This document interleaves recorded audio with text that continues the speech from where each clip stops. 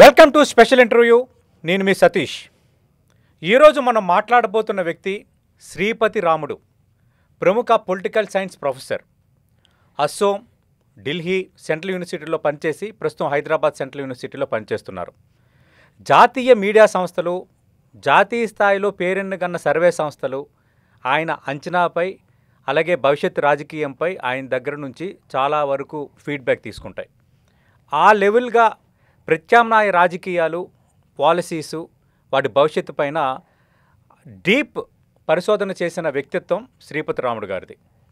స్పెసిఫిక్గా ఆంధ్రప్రదేశ్ రాజకీయాల్లో వచ్చి అక్కడ కూటమి ప్రభుత్వం ఏర్పడడానికి క్రియాశీలకమైన జనసేన ఆవిర్భావం, ఎదుగుదలపైన ఆయన పరిశోధన చేశారు. ఎన్నో వ్యాసాలు కూడా రాశారు. త్వరలో ఒక బుక్ కూడా తేబోతున్నారు. ప్రధానంగా ప్రత్యామ్నాయ రాజకీయాలు, ఫలితాలు, ప్రజలు ఏం కోరుకుంటున్నారు, ఇదే శ్రీపతి రాముడు గారి కోర్ సబ్జెక్ట్.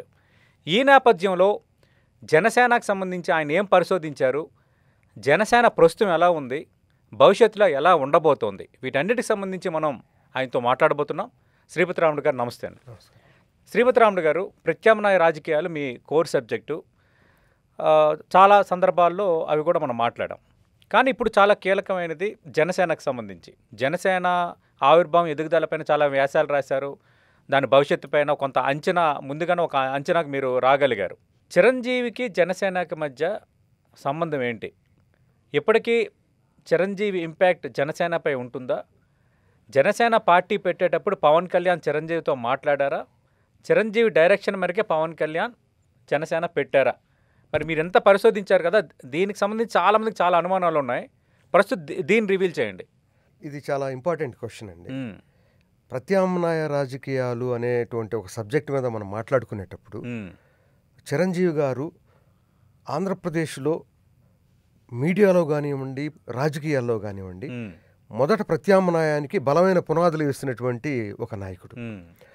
ఆంధ్రప్రదేశ్లో సినిమా పరిశ్రమ అంతా ఒక గేటెడ్ కమ్యూనిటీ లాగా ఉన్నప్పుడు చిరంజీవి గారు అక్కడికి వెళ్ళి తనే దారి వేసుకొని, తనే తుప్పలు క్లియర్ చేసుకొని, తనే రాళ్ళు తొలగించుకొని, తనే నడిచి తర్వాత వాళ్ళకి బాట వేసి ఒక ప్రత్యామ్నాయాన్ని అక్కడ సృష్టించారు. అదేవిధంగా రాజకీయాల్లో కూడా మనం చూసాం. గతంలో ఆంధ్రప్రదేశ్ రాజకీయాల్లో ఎప్పుడూ 1983 తెలుగుదేశం స్థాపించే వరకు రెండు పార్టీలే డామినేట్ చేస్తూ వచ్చాయి. మొదట Congress party and communist party ఉండేది. 1983లో తెలుగుదేశం స్టార్ట్ అయిన తర్వాత తెలుగుదేశం, కాంగ్రెస్ పార్టీ రెండు పార్టీలు వచ్చాయి. అప్పటి నుంచి 2008లో పిఆర్పి చిరంజీవి గారు స్థాపించే వరకు రెండు పార్టీలే ఉన్నాయి.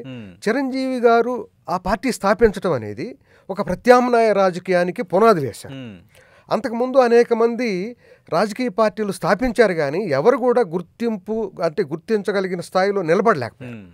కానీ పిఆర్పి 18% ఓట్లు తీసుకొని, 18 సీట్లు తీసుకొని దాదాపు ఒక 20% ఓట్లు రాష్ట్ర వ్యాప్తంగా తీసుకోగలిగారు. అది ఒక ప్రత్యామ్నాయ రాజకీయానికి పునాది వేసింది. అప్పటిదాకా ఎవరు కూడా ఆ రెండు పార్టీలకి పోటీగా నిలబడలేరు, ఎప్పటికీ ఆ రెండు పార్టీలే ఉంటాయి అనుకున్నటువంటి ఒక పరిస్థితిలో నుంచి ఇంకొక పార్టీకి, మూడో ప్రత్యామ్నాయానికి అవకాశం ఉంది అనేటువంటి ఒక నమ్మకాన్ని కలిగించినటువంటి ప్రయోగం చిరంజీవి గారిది.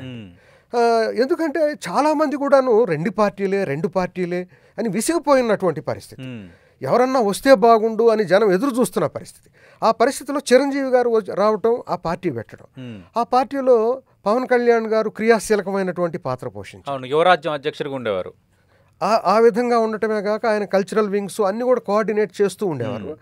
ఆ రకంగా జనసేన స్థాపన కంటే ముందు ఈ రాజకీయ పరమైనటువంటి అండర్స్టాండింగ్ మొత్తం కూడా ఆయనకి అది ఒక ఫస్ట్ బ్యాక్గ్రౌండ్. ఓకే, కానీ మీరు అన్నట్టుగా ప్రత్యామ్నాయ రాజకీయంగా పిఆర్పి వచ్చింది, చెప్పుకోదగ్గ పర్సంటేజ్ ఆఫ్ ఓట్లు, సీట్లు వచ్చాయి. కానీ తర్వాత ఆ ప్రయోగం విఫలమైపోయింది కదా. అంటే ఆయన విలీనం అవటం, తర్వాత ఇంకా పార్టీ డైల్యూట్ అవటం, ఆయన రాజకీయాలు కొంత దూరం అవటం చిరంజీవి. సార్, ఇది మనం అంత లైట్గా తీసుకునే విషయం కాదు. ఆంధ్రప్రదేశ్ లాంటి ఒక బలమైనటువంటి కాస్ట్ డివైడెడ్ సొసైటీ, కొన్ని కులాలు, కొన్ని పార్టీలు నడిపిస్తున్నటువంటి సమాజంలో మూడో ప్రత్యామ్నాయం వచ్చి అక్కడ దాకా నిలబడటం కూడా చాలా గొప్ప అండి. ఓకే, అది ఎంతోమందికి ఒక సామాజికమైనటువంటి స్పేస్ కల్పించింది, చాలామందికి అవకాశం కల్పించింది. అలానే పవన్ కళ్యాణ్ గారు లాంటి వారికి ఒక పెద్ద ఎక్స్పీరియన్స్ ఫోర్ రన్నర్గా పనిచేసింది. వారి అవగాహన అంతా కూడా అక్కడ మొదలైంది ప్రాక్టికల్లీ. ఆయనకి ఎంతో థిరిటికల్ అండర్స్టాండింగ్ ఉండొచ్చు, కానీ ప్రాక్టికల్గా పీఆర్పీలో పని చేయటం అనేది ఒక గ్రౌండ్ ఇచ్చింది. సో సార్ ప్రత్యామ్నాయం నిలబడబోయే ముందు అనేక ప్రయోగాలు జరుగుతాయండి. ఒక ప్రయోగం కొంతవరకు వెళుతుంది, ఇంకో ప్రయోగం కొంతవరకు వెళ్తుంది, కానీ చాలా గట్టి పునాదులు వేసింది మాత్రం పీఆర్పీ. అక్కడి నుంచే పవన్ కళ్యాణ్ గారు ఎమర్జ్ అయ్యారు. కాబట్టి తప్పకుండా మనం పీఆర్పీని ఈ జనసేన అధినేతకి ఒక అవగాహన, అనుభవం, తర్వాత రాజకీయాల పట్ల ఒక లోతైనటువంటి అండర్స్టాండింగ్ కల్పించినటువంటి ఒక ఫోర్ రన్నర్గా మనం చూడాల్సిన అవసరం ఉందండి. అందుకనే తప్పకుండా అది పునాది అని చెప్పేసి ముందు ఈ జనసేన కంటే ముందు ఆయన ఎప్పటి నుంచో రాజకీయాల్లోనే ఉన్నారు అని చెప్పడానికి అదే కారణం కదా. సో తప్పకుండా పీఆర్పీ చిరంజీవి గారు ఆంధ్రప్రదేశ్ రాజకీయాలకి ప్రత్యామ్నాయానికి, అంటే ప్రత్యామ్నాయం అని మాట్లాడేవాళ్ళు వేరు, ప్రత్యామ్నాయాన్ని కల్పించి మనం చెయ్యొచ్చు, ఇంకొంత ముందుకు వెళ్ళొచ్చు, ఛాన్స్ ఉంది అని గట్టిగా నిలబడి చూపించిన వారు చిరంజీవి గారు. సినిమా పరిశ్రమలోనే అదే చేశారు, పాలిటిక్స్లో కూడా అదే చేశారు. సో ఆ విధంగా ఫస్ట్ ఆల్టర్నేటివ్ చాలా బలంగా వేసినటువంటి ఒక నాయకుడు చిరంజీవి గారు, అందులో సందేహం లేదు. అంటే జనసేన పుట్టుకకి చిరంజీవి ప్రజారాజ్యం అనేది ఒక పునాది, అంటే దాని ప్రభావం ఉంది తప్పకుండా. ఇప్పుడు పవన్ కళ్యాణ్ గారు తన రూట్ తనది సపరేట్, కానీ ఆ అనుభవము, ఆ అండర్స్టాండింగు తప్పకుండా ఇక్కడ కూడా కొంత పనిచేసింది. ఎందుకనంటే అక్కడ ఎందుకు అప్స్ అండ్ డౌన్స్ ఉన్నాయి అవన్నీ నేర్చుకున్నారు ఆయన అక్కడ. సో ఆ రకంగా దాని ప్రభావం తప్పకుండా ఉంటుంది. అంటే పునాది అని అంటే అక్కడ వరకు పీఆర్పీ ఉంది, అక్కడ వరకు పనిచేసిన అనుభవం పవన్ కళ్యాణ్ గారు తనతో తెచ్చుకొని తన సొంత ఆలోచనలతో ఇది జనసేనను స్థాపించుకోవటం జరిగింది. పీఆర్పీ పెట్టిన రోజుకి జనసేన పెట్టినప్పటికీ కొంత పరిస్థితుల్లో మార్పులు వచ్చున్నాయి జాతీయ రాజకీయాల్లో. ఆ మార్పులకు అనుగుణంగానే పవన్ కళ్యాణ్ గారు తన సొంత భావజాలం ఏర్పాటు చేసుకొని పార్టీ పెట్టుకున్నారు. ఇన్ఫ్లుయెన్స్ తప్పకుండా పీఆర్పీది ఉంది, ఉంటుంది. అండ్ ఈ ఒక్క పార్టీ మీదే కాదు, ఎవరు కూడా ప్రత్యామ్నాయం కావాలి అనుకునేవారు ప్రతి వారు కూడా పీఆర్పీని అధ్యయనం చేయాల్సిందే. అంటే పీఆర్పీ ఒక కేస్ స్టడీ డెఫినెట్లీ. మరి అదే ఇన్ఫ్లుయెన్స్, అదే ప్రభావం ఇప్పటికీ జనసేన పార్టీపై చిరంజీవిది ఉందా? చిరంజీవి ఇప్పటికీ జనసేనకు సంబంధించిన రాజకీయ విధానాల్లో కానీ, విధానాల రూపకల్పనలో కానీ, పొలిటికల్ లైన్ తీసుకోవటంలో కానీ ఇన్వాల్వ్ అవుతున్నారా? నాకు తెలిసి నా అధ్యయనం ప్రకారంగా పవన్ కళ్యాణ్ గారు చాలా డీప్ అనాలిసిస్ చేసుకుంటారండి. ఆయన బయట జనం మాట్లాడుకునేటట్టు పైన వెళ్ళరండి. ఆయన ఆ విధానాల్లో చాలా లోతుగా ఆయన నిద్రాహారాలు మానేసి దాన్ని చాలా రీసెర్చ్ చేస్తారండి. ఆయన ఏం చేయాలనుకున్నా తనదే ఫైనల్ ఆలోచన ఉంటుందండి. ఎప్పుడైనా ఏదైనా అండర్స్టాండింగ్స్ కోసం కొన్ని ఏదైనా మీటింగ్ పెట్టి ఎవరితోనన్నా మాట్లాడొచ్చాము కానండి, ఆయనకి ఈ అనుభవాలన్నిటి రీత్యా తను సొంతగా రూట్ వేసుకున్నారండి. ఇది నేను గమనించినటువంటి అంశం. ఎందుకనంటే మీరు చూస్తే ఆయన పార్టీ పెట్టినప్పటి నుంచి కూడా చాలా కాలం వరకు కూడా తన విధానాలు బయట పెట్టుకుంటూ ఉంటారు, కానీ తన ఆలోచనలు కొన్నిసార్లు అంటే వేరే వాళ్ళు ఎవరు కూడా, నాకు తెలిసి వేరే వాళ్ళు ఎవరు కూడా ఏదైనా కన్సల్ట్ చేస్తారు, ఆయన పిలుస్తారు ఏంటి ఇలా చేద్దాం అనేది, కానీ ఫైనల్ గా మాత్రం ఆయన ఒక థాట్ చేసుకున్నాకే డిస్కషన్ లో పెడతారండి. అంటే ఆయన అభిప్రాయం కరెక్టా కాదనేది ఒకసారి రీచెక్ చేసుకో న్యాచురల్ గా సార్. అది ఏదైనా ఒక పెద్ద విధానం కానీ పాలసీ కానీ చేసేటప్పుడు ఆయన బాగా చదువుతాడండి. చాలా మంది ఆయన ఏం చదువుతారు అది ఇది అనుకుంటారు, కానీ తెలియని వాళ్ళ మాటలు అవన్నీ. ఒకసారి అంత చదవకపోతే ఇంత సంక్లిష్టమైన రాజకీయాలని ఆయన ఒకవైపు తీసుకురాలేరండి. ఈరోజు ఆంధ్రప్రదేశ్ రాజకీయాలు మీరు చూస్తున్నారు, అంత కాంప్లికేటెడ్ రాజకీయాల్లో కొంతమంది అసలు స్పేసే లేదని చెప్పిన రాజకీయాల్లో. నేను అదే ప్రశ్న అడగబోతున్నాను. అంటే పీఆర్పీ ప్రయోగం అనేది ఒక కేస్ స్టడీని మీరు చెప్తున్నారు, కానీ పీఆర్పీ అని చిరంజీవి లాంటి ఒక బిగ్ స్టార్ ఒక పార్టీ పెట్టిన తర్వాత దాన్ని మళ్ళీ ఆయన నడపలేకపోయాడు అన్నది కొందరు అభిప్రాయం. ఆ నేపథ్యంలో మళ్ళీ పవన్ కళ్యాణ్ అంటే మళ్ళీ ఆంధ్రప్రదేశ్లో మూడో పార్టీ వస్తుందా రాదా అన్నది ఒక చర్చ మొదలైంది. ఎందుకంటే డివిజన్ తర్వాత కాంగ్రెస్ పార్టీ పరిస్థితి క్వశ్చన్ మార్క్ అయిపోయింది ఆంధ్రప్రదేశ్లో. కానీ వైఎస్ రాజశేఖర రెడ్డి లెగసీని, కాంగ్రెస్ పార్టీ కేడర్ని సమపాలలో సమీకృతంగా వాడుకోవడంలో జగన్మోహన్ రెడ్డి సక్సెస్ అయ్యాడు. ఆ విషయంలో రెండో అభిప్రాయం లేదు. ఆ విధంగా వైఎస్ఆర్ కాంగ్రెస్ పార్టీకి ఒక స్పేస్ తీసేసుకుంది. ఆల్రెడీ మీరు అన్నట్టుగా 83 నుంచి ప్రారంభమైన తెలుగుదేశం పార్టీ ప్రయాణం కొనసాగుతూనే ఉంది ఆంధ్రప్రదేశ్ రాజకీయాల్లో. కానీ ఇప్పుడు అలాంటి సందర్భంలో మళ్ళీ మూడో వ్యక్తి వస్తాడా, మూడో పార్టీ వస్తారా రారా అని అందరూ అనుకున్నారు. కానీ పవన్ కళ్యాణ్ మళ్ళీ వచ్చారు. ఆ సందర్భానికి కారణం ఏంటి సార్? నిజంగా ఇది అందరూ అదే అనుకున్నారండి. ఇది తొందరలో it's a party going to be closed very shortly అనుకున్నారు. తొందరలో మూసేసుకుంటారు, అంత ఈజీ కాదని మేము అనుకున్నాం, అందరూ అనుకున్నారు. చాలామంది అన్నారు పవన్ కళ్యాణ్ గారు. కానీ దాని అంతా గత అనుభవాలన్నింటినీ అర్థం చేసుకున్న తర్వాత తను ఒక బలమైన రూట్ వేసుకున్నారండి. 2014లో ఆయన కూటమిలో పాల్గొన్నారు, ఏది ఎన్డీఏ కూటమిలో. కానీ పోటీ చేయలేదు. అప్పుడు 10-20 సీట్లు ఇచ్చేవారు ఆయన అడిగి ఉంటే 2014లో. కానీ ఆయన పోటీ చేయలేదు. అక్కడ పోటీ చేయకపోవటం అనేది రాజకీయమైనటువంటి ఒక అవగాహన లేకపోవటం అనేది కొంతమంది క్రిటిసైజ్ చేశారు. కానీ అది చాలా మెచ్యూరిటీ అండి. ఎందుకనంటే సడన్గా పాలిటిక్స్లోకి రావటం, అలయన్స్లో ఏదో అవకాశం దొరికింది కదా అని పాల్గొనటం జరిగి ఉంటే ఒక 10 సీట్లు గెలిచి ఉండేవారేమో. కానీ తన ప్రాధాన్యత అంతగా పెరిగేది కాదు. ఆయన పోటీ చేయడం అప్పుడే డిప్యూటీ సీఎం అయ్యేవారేమో. అంటే ఒకవేళ గెలిచుంటే అవి ఇఫ్ అండ్ బట్స్ ఏమైనా ఉండొచ్చు. కానీ ఆయన పోటీ చేయనందువల్ల ఇటు చంద్రబాబు నాయుడు గారు అటు మోడీ గారు ఇద్దరు ఆయన మీద డిపెండ్ అయ్యేటట్టు చేసుకున్నారు. ఏమాత్రం ఏం సీట్లు ఆశించకుండా ఆంధ్రప్రదేశ్ పాలిటిక్స్లో ఒక మార్పు తేవాలి అనేటువంటి ఒక ఆలోచన ఉంది ఈయనకి అని చెప్పేసి ప్రూవ్ చేశాడు. గెలిచిన వాళ్ళకంటే ఈయనకి దక్కిన ప్రాధాన్యత చాలా ఎక్కువ. దేశం అంతా కూడా ఈయన వైపు చూశారు. అప్పటికి పిఆర్పి ప్రయోగం తర్వాత కొంచెం పక్కకెళ్ళారు అనుకున్నటువంటి పరిస్థితుల నుంచి ఒకసారి బౌన్స్ అయ్యారు. అది ఎంత వ్యూహాత్మకమైనటువంటి ఆలోచన. అదే కాకుండా we are not just for power, we are for something else. కొంచెం కాంక్రీట్ పాలిటిక్స్ ఇన్ ఆంధ్రప్రదేశ్ కోరుకుంటున్నామని చెప్పడానికి కూడా అది ఒక ప్రయోగంగా జరిగింది.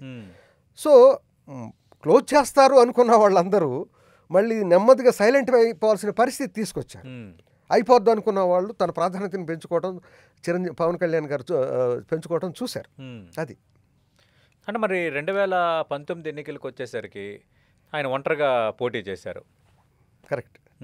అయితే ఇదే నాకు అంటే దీని మొత్తం మీద ఆయనకు ఒక పర్స్పెక్టివ్ ఉంది. పర్స్పెక్టివ్ ఏంటనంటే నేనుంటే గెలుస్తారు, నా ప్రాధాన్యత ఉంది అనేది 2014లో చూపించారు ఆయన. నిజానికి 2014లో పవన్ కళ్యాణ్ గారు లేకపోతే జగన్ సీఎం అయి ఉండేవారు.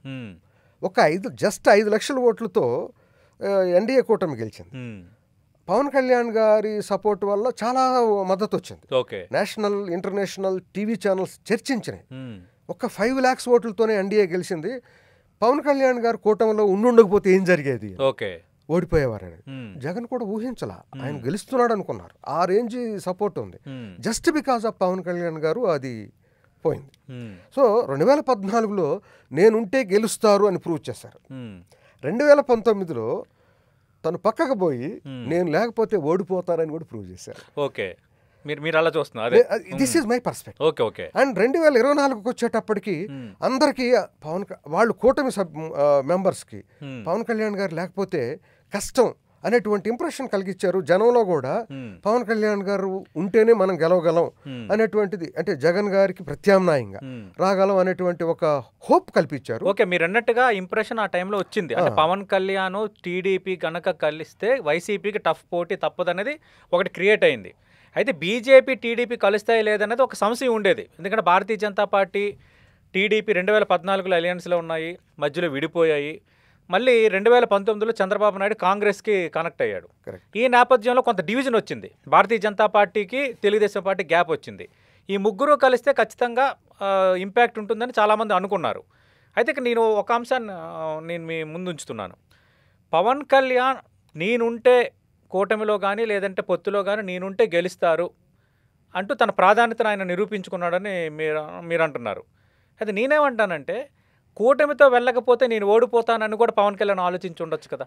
అది కూడా ఉంటుందండి, మ్యూచువల్. ఇప్పుడు ప్రత్యామ్నాయ రాజకీయాలు బాటేసుకోవాలనుకునేవారు ప్రత్యామ్నాయంగా రావాలనుకుంటమే ఎవరో 2 పెద్ద శక్తులు ఉన్నప్పుడు స్పేస్ క్రియేట్ చేసుకోవటం ఆషామాష కాదండి. ఎందుకంటే 2019లో ఫలితం చూశారు పవన్ కళ్యాణ్ ఇండివిజువల్గా వెళ్ళటం వల్ల నష్టపోయానని. అదే అంటే ఒక పాయింట్ ఏంటంటే ఎప్పుడు కూడా మూడో ప్రత్యామ్నాయంగా రావాలనుకునే వాళ్ళు ఆల్రెడీ 2 ఉన్నారు. మూడో వాళ్ళు రావాలనుకునేవారు ఎవరైనా కూడా వాళ్ళు చాలా కేర్ఫుల్గా తూచి అడుగులేస్తారు. ఎందుకంటే ఆంధ్రప్రదేశ్లో మనం గతంలో ఇందాకే చెప్పుకున్నట్టుగా ఆ బలమైన 2 సామాజిక వర్గాలు, ఆర్థికంగా పునాదులు వేసుకున్న సామాజిక వర్గాలు, వాటి మధ్యకి మూడో ఫోర్స్ రావటం అనేది 2 ఏనుగుల మధ్య గడ్డి పరకలు నలిగినట్టు నలుగుతాం అనేది ఎవరికైనా భయం ఉంటుందండి. అందుకని ఒక్కొక్క అడుగు జాగ్రత్తగా వేసుకుంటూ వస్తారు. అండ్ మ్యూచువల్లీ సస్టైన్ కావాలని, నిలబడాలని ఒక ప్రత్యామ్నాయం కోరుకునే ప్రతి వాళ్ళు కోరుకుంటారు. వాళ్ళతో సమానంగా నేను ఎదుర్కోగలిగితే నేను ఈక్వల్ అనుకుంటాను, కానీ ప్రత్యామ్నాయంగా రావాలనుకునేది ఉండదు. అంటే నా పాయింట్ ఏంటనంటే మూడో వారు ఎవరు వచ్చినా సరే ఆ ఇద్దరిని పక్కకి నెట్టడమో లేకపోతే వారి సరసన చేరాలంటే ఎంతో కష్టంతో కూడుకుని ప్రతివ్యూహాలు చాలా ఉంటాయండి. అందువల్ల మీరన్నది కూడా కొంత కావచ్చు. అందుకనే ఆయన తనకున్న శక్తియుక్తుల నేపథ్యంలో నేను ఏ విధంగా మూవ్ అయితే నిలబడగలను, మూడో ప్రత్యామ్నాయాన్ని రాష్ట్రానికి అందించగలను అనేది ఆలోచన చేసినప్పుడు అలయన్స్ అనేది ఒక చాయిస్ కావచ్చు, అందులో తప్పులేదు కదా. అంటే లైఫ్ లాంగ్ ఇంకా సస్టైన్ పాలిటిక్స్ చేయటమేనా పవన్ కళ్యాణ్? మంచి ప్రశ్న అడిగారండి. ఇప్పుడు ఆంధ్రప్రదేశ్లో ఎవరైనా కూడా ఒంటరిగా రాలేదండి రాజకీయాల్లో, ఒంటరిగా వచ్చారనుకుంటున్నారు. ఇప్పుడు ఫస్ట్ కాంగ్రెస్ పార్టీ ఉందండి ఆంధ్రప్రదేశ్లో. కాంగ్రెస్ పార్టీని రెడ్డి సామాజిక వర్గమే నడిపించింది ఎంతో కాలం. ఈ రెడ్డి సామాజిక వర్గం స్వతంత్రంగా నడిపించింది అని అనుకోవటం కరెక్ట్ కాదండి. ఢిల్లీలో కాంగ్రెస్ పార్టీ నడిపించినటువంటి బ్రాహ్మణ సామాజిక వర్గంతో చేతులు కలిపి వారి దగ్గర మద్దతు తీసుకొని వాళ్ళ సహాయంతో అలయన్స్తో ఇక్కడ వాళ్ళు అధికారంలో ఉన్నారు. అంటే రెడ్డి సామాజిక వర్గం స్వతంత్రంగా రాజకీయాలు నడిపారు అనేది కరెక్ట్ కాదు. This is number 1.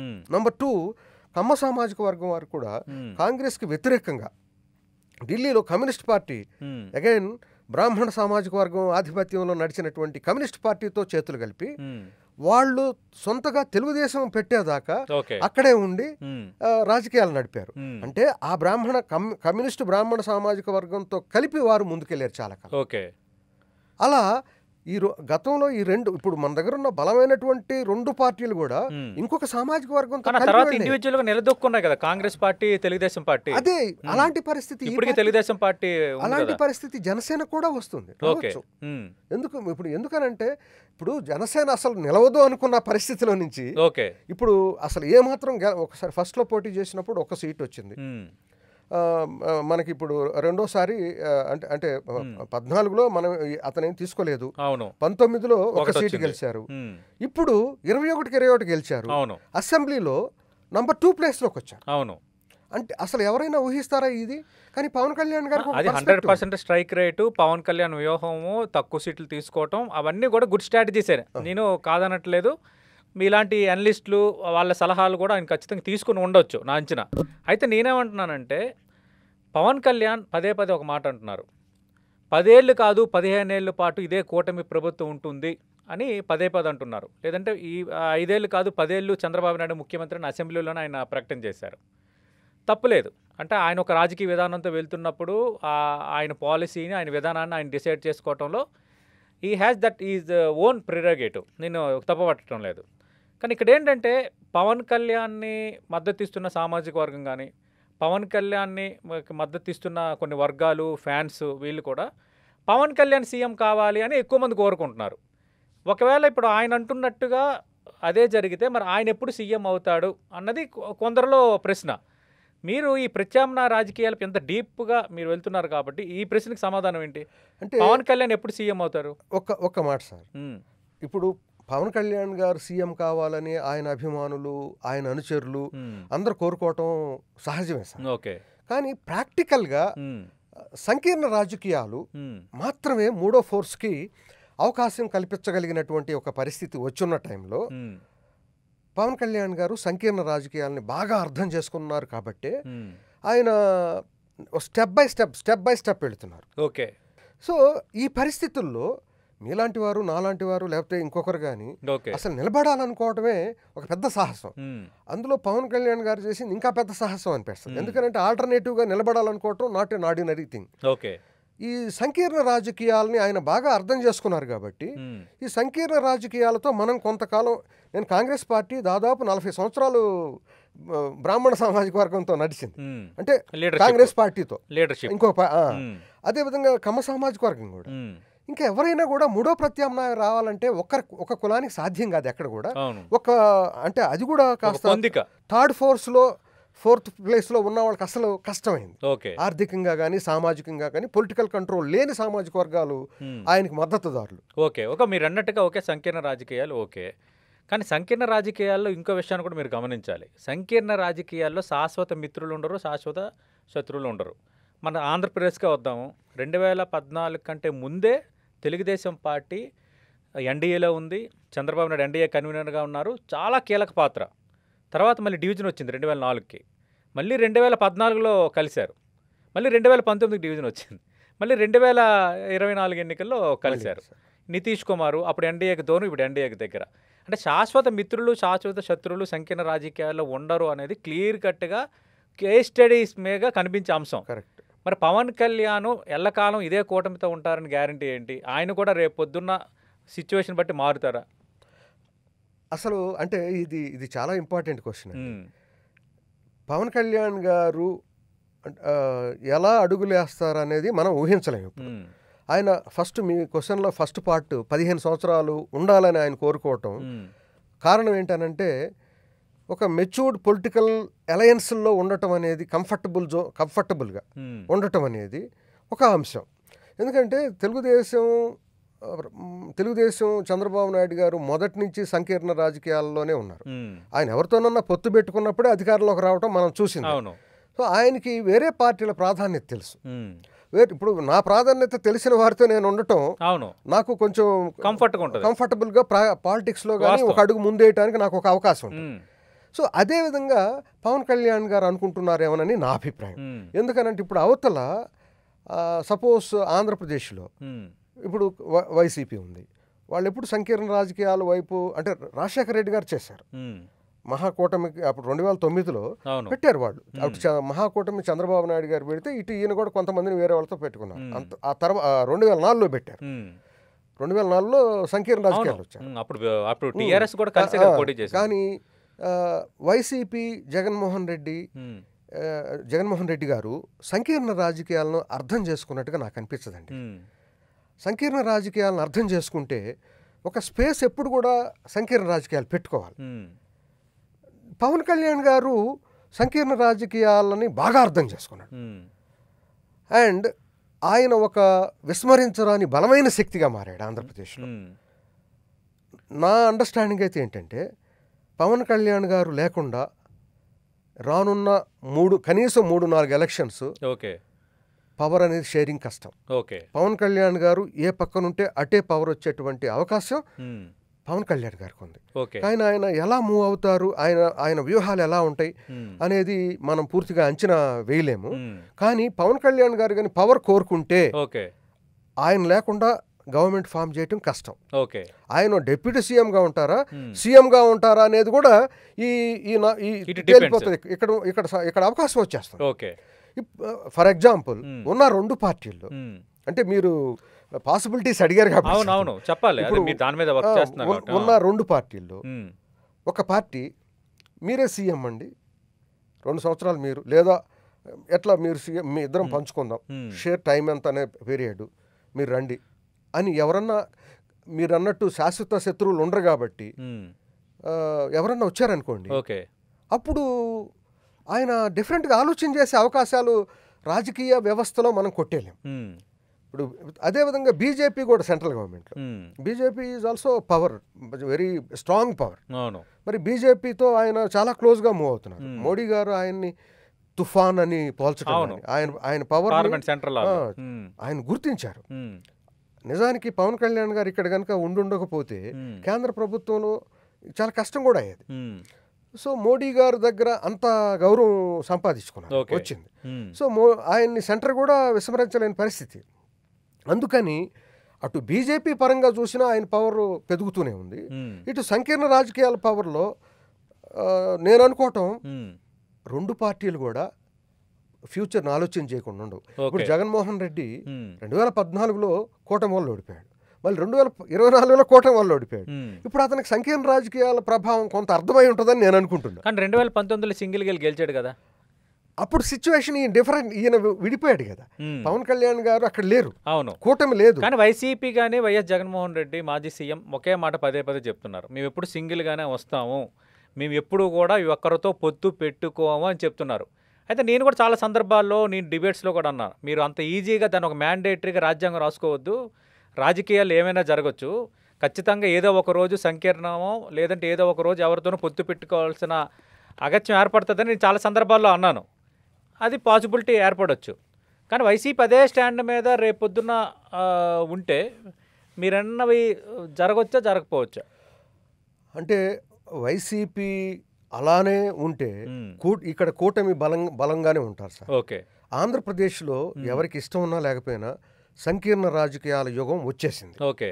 ఆ సంకీర్ణ రాజకీయాలను ఎవరైతే అర్థం చేసుకోరో వాళ్ళు కనుమరుగవక తప్పదండి. అంటే వాళ్ళు డౌన్ అవుతారు. ఒకవేళ జగన్మోహన్ రెడ్డి సంకీర్ణ రాజకీయాలను అర్థం చేసుకొని ఎప్పుడైనా ఆఫర్ ఇచ్చే ఛాన్స్ ఉంటుందా పవన్ కళ్యాణ్ తో పొత్తు పెట్టుకోమని?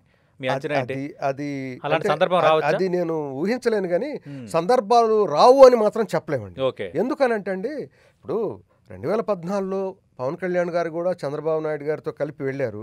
ఆయన కొన్ని విధానాలు నచ్చక బయటకు వచ్చిన సందర్భం మనం. పవన్ కళ్యాణ్ గారు చాలా ఇండిపెండెంట్ అండి. ఆయన గౌరవిస్తే అంతే గౌరవిస్తారు, వద్దనుకుంటే అంతే బలంగా వద్దనుకుంటారు. ఓకే.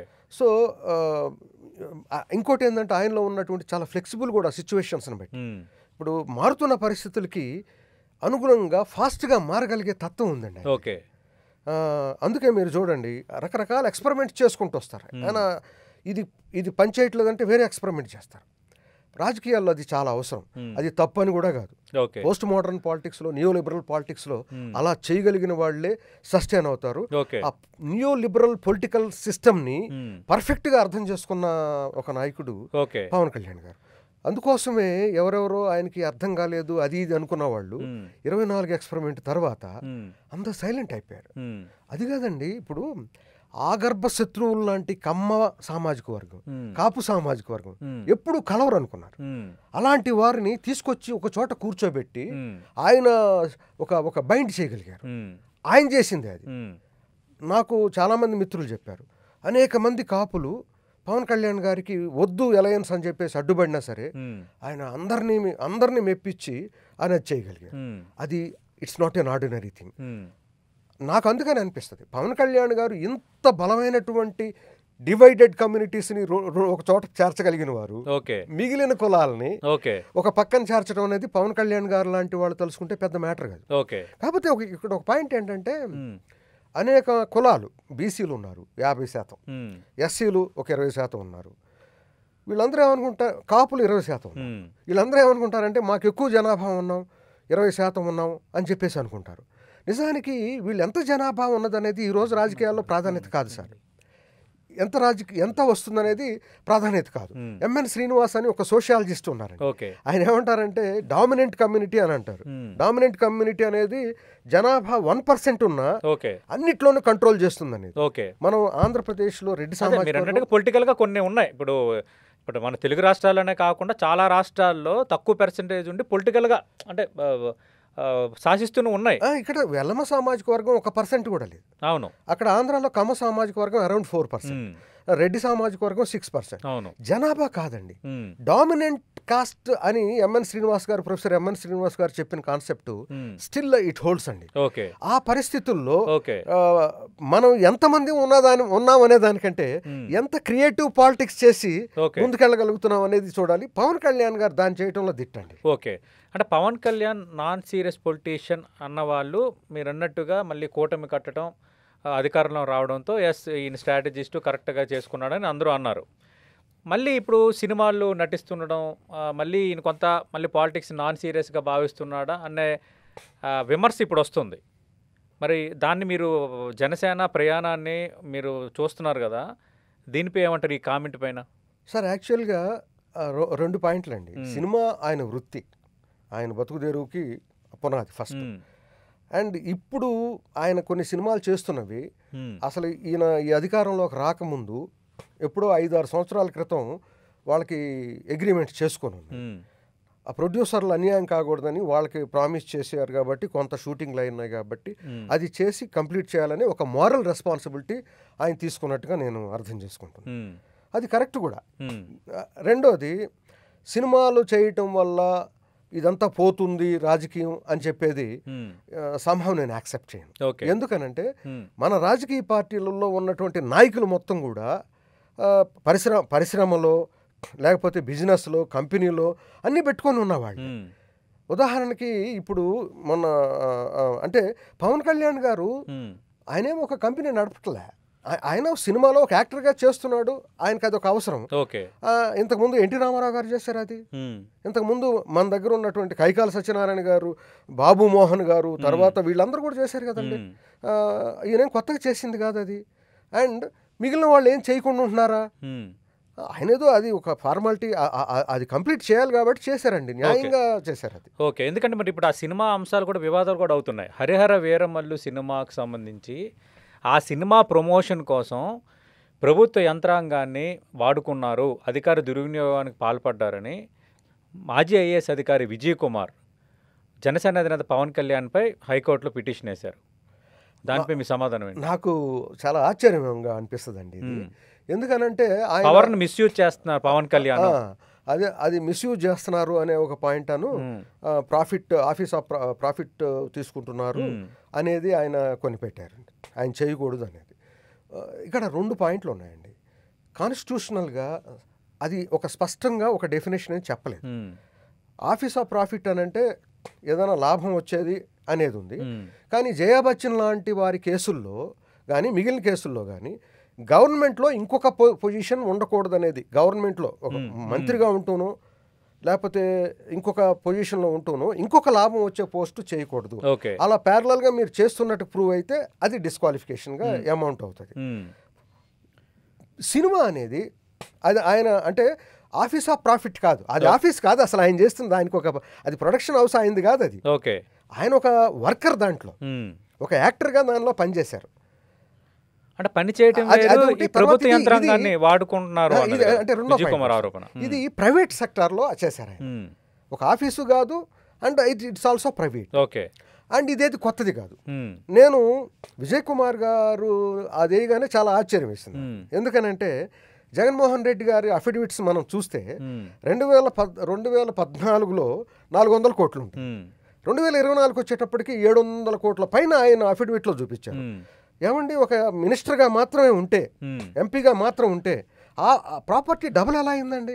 విజయ్ కుమార్ గారికి అది కనపడలేదా? ఇప్పుడు పవన్ కళ్యాణ్ గారు, జగన్మోహన్ రెడ్డికి వ్యాపారాలు ఉన్నాయి, అది కూడా తప్పే కదా. ఇప్పుడు కోడ్ ఆఫ్ కండక్ట్ ప్రకారంగా అది చేయకూడదు కదా, అసలు బిజినెస్ చేయకూడదు అనేది ఉంది.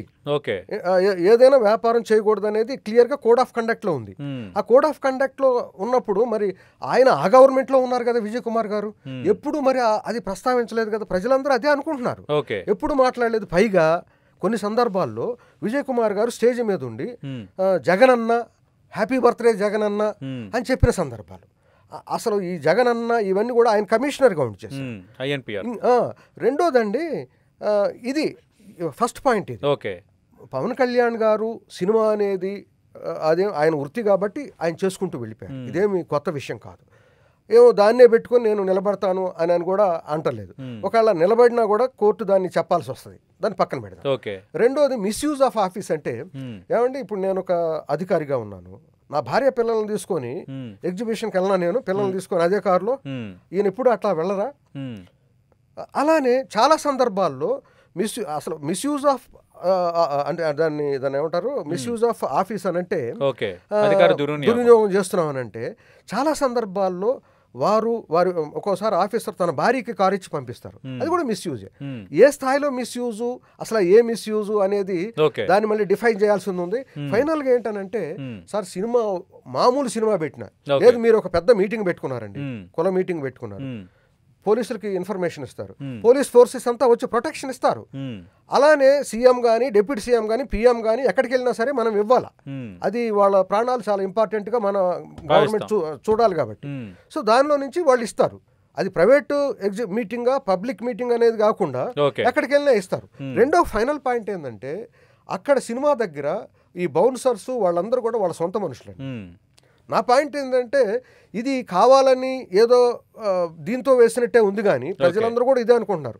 లీగల్గా ఆయన కరెక్ట్ కావచ్చేమో కానీ మోరల్గా మాత్రం ఆయన కరెక్ట్ కాదు అని ప్రజలందరూ మాట్లాడుకుంటున్నారండి. ఓకే. లీగల్గా ఎవరు మీ మీద కూడా వేసేయచ్చు, తర్వాత ప్రూవ్ అయినప్పుడు ప్రూవ్ అవుతుంది, లేకపోతే ఓడిపోతారు. ఓకే. కానీ మోరల్గా మీరు కరెక్టా కాదా అనేది ప్రజలందరూ చూస్తున్నారు. ఓకే. దీని వెనకాల ఇంటెన్షన్ ఏంటి అనేది డిఫరెంట్గా, అదేదో వ్యక్తిగతమైన స్వార్థం లేకపోతే ఎవరికో ఇంకొక పార్టీకి మేలు చేయాలనేవి ఉన్నాయి అనేది ప్రజలు చర్చించుకుంటున్నారు. ఓకే.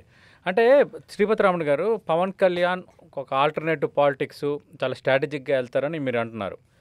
2014లో అటు ఎన్డీఏకి మద్దతు ఇచ్చారు, పోటీ చేయలేదు.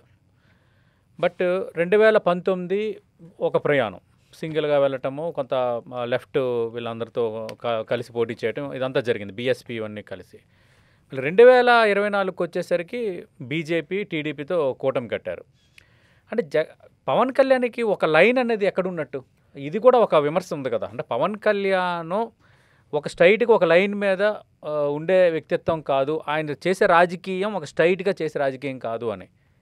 సార్ ఇప్పుడు మీరు ఒక వ్యవసాయం పంట విత్తనాలు జల్లారు, మీ టార్గెట్ ఏముంటుందండి, దాని పంట పండాలి అనేది ఉంటుందండి. అదేవిధంగా నేను ఒక రాజకీయ పార్టీ పెట్టాను అనుకోండి, నా రాజకీయ పార్టీ ఎక్కువ మంది అనేది ఏంటంటే పవన్ కళ్యాణ్కి ఒక సిద్ధాంతం ఉండదు అంటే ఎగ్జాక్ట్లీ ఆ పాయింట్కే వస్తుంది. నేను పార్టీ పెట్టినప్పుడు నేను అధికారంలోకి వచ్చి చేయాలనుకునేది కొన్ని ఉంటాయి. ఇప్పుడు 2 మార్గాలు ఉన్నాయండి. భావజాలం ద్వారా అధికారంలోకి రావటమా, లేకపోతే అధికారంలోకి వచ్చిన తర్వాత భావజాలాన్ని అమలు చేయడం. అంటే నేను అభివృద్ధి భావజాలం అనుకుంటున్నాడు పవన్ కళ్యాణ్. అభివృద్ధి కోసమని అందరినీ చెప్తే ఎవరైనా విని దగ్గరకు రాలేదనుకోండి, అది ముందు ప్రయోగం అనుకున్నాం.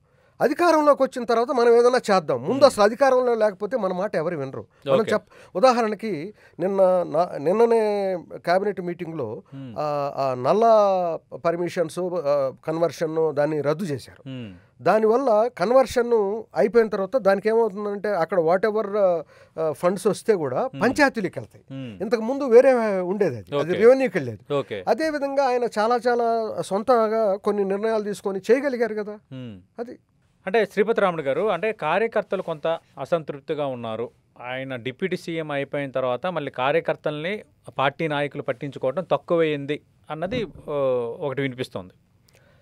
అంటే పార్టీ నాయకులు పట్టించుకోలేదు అనే ఒక విషయం ఏంటంటే అండి, ఇప్పుడు పార్టీ షేర్ ఆఫ్ పార్టీలో పవర్ షేరు ఎంత ఉంది, మనం ఎంతవరకు వెళ్ళగలం. ఇప్పుడు ఏంటంటే యాస్పిరేషన్స్ చాలా పెరిగిపోయినాయి.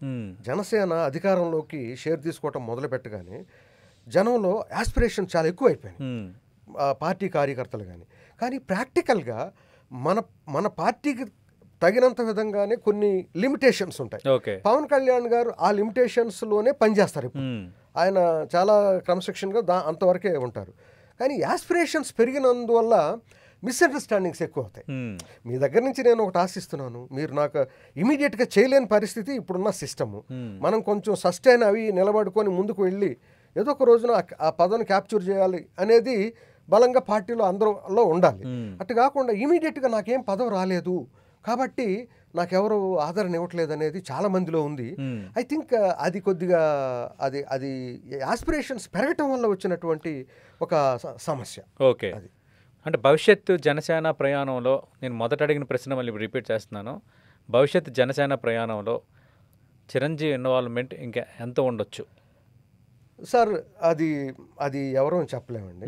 ఇప్పుడు చిరంజీవి గారికి ఇష్టమై జనసేనలోకి ఆయన వచ్చారనుకోండి, ఆయన చేరారనుకోండి, అది అందరూ వెల్కమ్ చేస్తారు. ఓకే.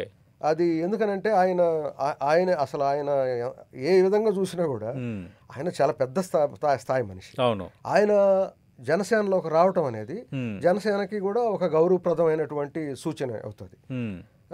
మరి వారు ఏం వస్తారో.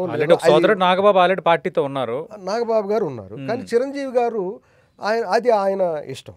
ఓకే. చిరంజీవి గారు వస్తే అది మేలే తప్ప నెగిటివ్ ఏముంటుందండి. ఎవరు వచ్చి పార్టీలో ఎవరైనా కూడా పార్టీలో చేరినా కూడా. సో ఆయన ప్రభావం ఎంత ఉంటుంది ఏంటి అనే ప్రశ్నకు వస్తే, ఓకే సార్ ఇప్పుడు ఒకవేళగానే ఆయన పార్టీలో చేరారనుకోండి, ఆయన ఏదన్నా ఒక పదవి ఉంటుంది, వారు కూర్చొని మాట్లాడుకొని నిర్ణయించుకోవటంలో మంచి మాటలు ఏదన్నా మంచి డైరెక్షన్ ఆయన ఏమన్నా ఇవ్వగలిగితే ఇస్తే అది పార్టీకి ఉపయోగకరంగానే ఉంటుంది. Okay. And at the same time leader Pawan Kalyan గారు తను ఇంకో విషయం ఏంటంటే వాళ్ళ దగ్గర నేను ఒక పాయింట్ చూశానండి. వాళ్ళు అన్నదమ్ముళ్ళు ఒకరి మీద ఒకరు ప్రెషర్ పెట్టుకోరండి. ఓకే. మీరు ఇదే చేయాలి, నేను ఇట్లానే ఉండాలి అని అట్లా అనుకోరండి. ఎవరి లైన్లో వాళ్ళున్నా వాళ్ళ బంధం చాలా స్ట్రాంగ్గా ఉంటుంది. ఆ డెమోక్రటిక్గా వాళ్ళ మధ్య ఉంటుంది.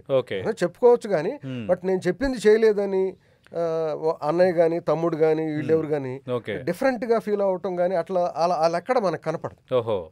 ఆ ఫ్రీడమ్ అంటే అగ్రీ టు డిసగ్రీ అనేది వాళ్ళ మధ్య కనపడుతుందండి. మీరు తమ్ముడు చెప్పిన మాట అన్నగారు నచ్చలేదు అనుకోండి, విని సైలెంట్గా ఉండటమే తప్ప దాని మీద విడిపోవటం గొడవలు పట్టడం నేను చూడలేదు. ఒక రకమైనటువంటి ఆ డెమోక్రటిక్ సెటప్ అండర్స్టాండింగ్ అది వాళ్ళ రిలేషన్స్ని స్ట్రెంగ్తన్ చేస్తూనే ఉంది. అది అంటే భవిష్యత్తు కేంద్రంలో కానీ ఆంధ్రప్రదేశ్లో కానీ రాజకీయం ఎలా ఉండబోతోంది, మీ అంచనా ఏంటి? సార్ నా అంచనా అయితే పవన్ కళ్యాణ్ గారికి ఆయన కొన్ని వ్యూహాలు ఫాలో చేస్తే జనసేనకి పవర్ లేని రోజు అంటూ ఉండదు sir. At least for 20-25 years Pawan Kalyan గారు ఎలా మూవ్ చేస్తారనేది మనం ఎవరమే అంచనా వేయలేకపోతాం.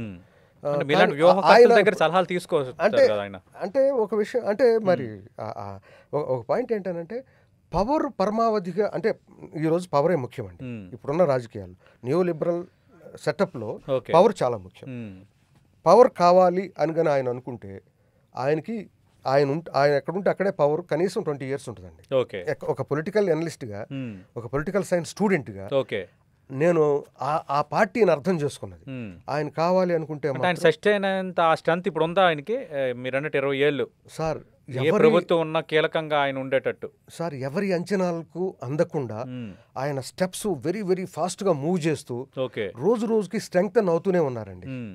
సో ఆయన మూమెంట్ని గమనించినటువంటి ఏ పొలిటికల్ సైంటిస్ట్ అయినా కూడా ఆయన్ని తక్కువ అంచనా వేయలేరండి. ఎక్కడి నుంచో ఇప్పుడు 2009లో పిఆర్పి దగ్గర నుంచి ఆయన జర్నీ మొదలు పెడితే ఆ గ్యాప్ని అక్కడ ఒక రకంగా చూస్తే, ఒక డిప్రెస్డ్ గ్యాప్ని చూస్తే 2014లో స్ట్రాటజిక్గా ఏం పోటీ చేయకుండా అలయన్స్ తీసుకున్నారు.